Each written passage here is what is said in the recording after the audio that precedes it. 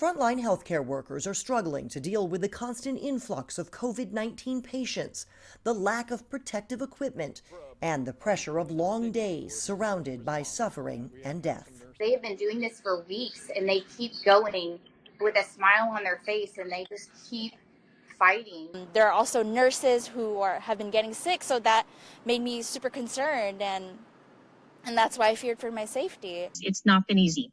I've definitely left work crying many times. Following the suicides of two healthcare workers in New York, more hospitals are hiring counselors to help staff cope with conditions that are similar to combat stress. What they're seeing and what they're experiencing is far beyond a normal day at work, and that's going to override any emotional coping skill you might have to show up at the job. So there's a lot of anxiety, there's a lot of stress, there's a lot of overwhelm. Psychotherapist Devine says healthcare workers often put on a brave face, but many are suffering in silence.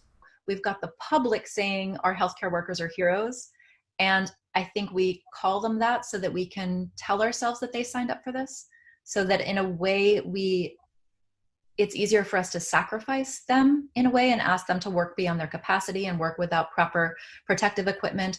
Devine advises all healthcare workers who are feeling lost to take advantage of the many free counseling services available to them so they too don't fall victim to the pandemic. And remember that not talking about pain is what causes epidemics of drug addiction and loneliness and depression and suicidality. Not talking about what hurts is literally killing us. Angie Crouch, NBC4 News.